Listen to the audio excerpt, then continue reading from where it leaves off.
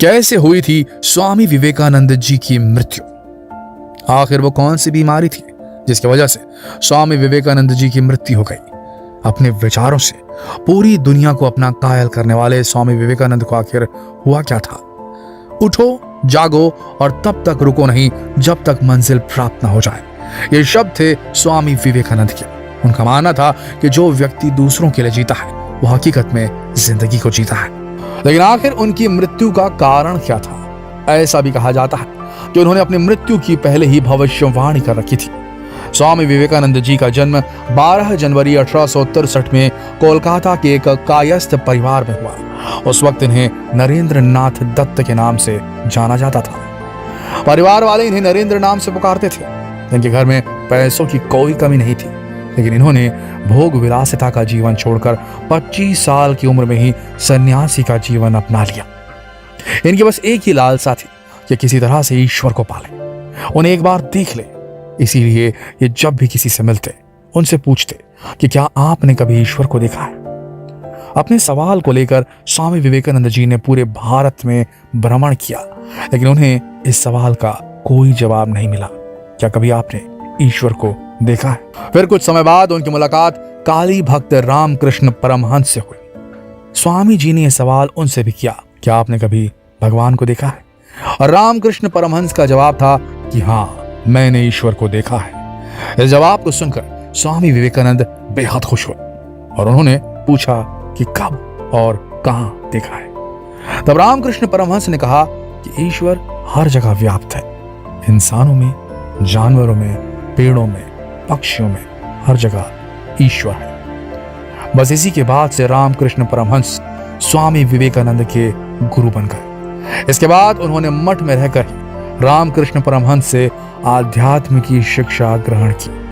लेकिन एक वक्त के बाद रामकृष्ण परमहंस का देहांत हो गया। इसके बाद स्वामी विवेकानंद के ऊपर मठ की पूरी जिम्मेदारी आ गई। दिन के वक्त वो अपना काम किया करते थे और रात के वक्त मठ के सभी छात्रों को आध्यात्म, अर्थशास्त्र, हर तरह के विषयों का ज्ञान देने लगे।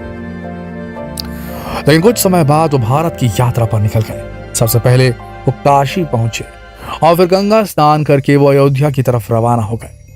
अपनी इस यात्रा में उन्हें पता चला कि अमेरिका में वर्ल्ड रिलीजियस पार्लियामेंट का एक बहुत बड़ा सम्मेलन होने वाला है, जिसमें दुनिया के बहुत सारे देश, बहुत सारे धर्म के लीडर हिस्सा ले रहे हैं।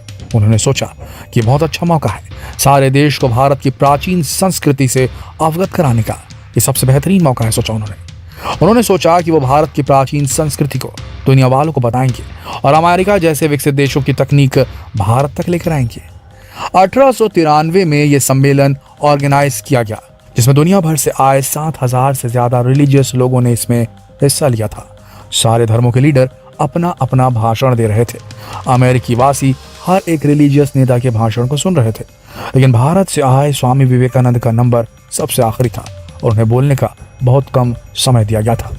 इसके बाद जैसे ही स्वामी विवेकानंद मंच पर पहुंचे और उन्होंने अमेरिकी वासियों को डियर ब्रदर्स एंड सिस्टर कहकर संबोधित किया, तो सभी के कान खड़े हो गए, क्योंकि अमेरिकी वासियों को लेडीज एंड जेंटलमैन सुनने की आदत थी। इसके बाद जब स्वामी विवेकानंद ने बोलना शुरू किया तो फिर वो रुके ही नहीं। लोग उनकी बातों को ध्यान पूर्वक सुन रहे थे। उन्होंने भारतीय धर्म और दर्शन का जो जिक्र किया, उनके उस भाषण को सुनकर वहां मौजूद सभी लोग आश्चर्यचकित रह गए। ये इसलिए भी था क्योंकि इतनी कम आयु का इतना जबरदस्त भाषण देने वाला वहां कोई दूसरा नहीं था। स्वामी विवेकानंद के भाषण के बाद पूरी दुनिया अब उनके विचारों की कायल हो चुकी थी। इस सम्मेलन के बाद स्वामी विवेकानंद की तस्वीर भारत के हर अखबार में छपी। दुनिया वाले अब सनातन धर्म को जानने लगे थे। इसके बाद जब स्वामी जी भारत पहुंचे, उनका भव्य स्वागत हुआ। लोग उनसे मिलने के लिए बेताब हो चुके थे। लेकिन फिर कुछ दिनों तक स्वामी जी भारत की यात्रा करते रहे। अपने आखिरी समय में वो वेल्लूर के मठ में मौजूद थे। इस वक्त उन्होंने अपनी मृत्यु की पहले ही भविष्यवाणी कर दी थी। उन्हें आज थमा था 4 जुलाई 1902 को रात के 9 बजे इसी मठ में उनकी मृत्यु हो गई। तो दोस्तों, ये थे स्वामी विवेकानंद, जिनके विचारों की पूरी दुनिया कायल थी। बड़े बड़े नेता, बड़े बड़े वैज्ञानिक भी उनके आगे नतमस्तक होते थे। आपको उनकी ये कहानी कैसी लगी कमेंट बॉक्स में जरूर बताइएगा और इस वीडियो को हर एक भारतीय के साथ शेयर कीजिए ताकि उन्हें भी पता चले कि स्वामी विवेकानंद कितने महान थे। धन्यवाद।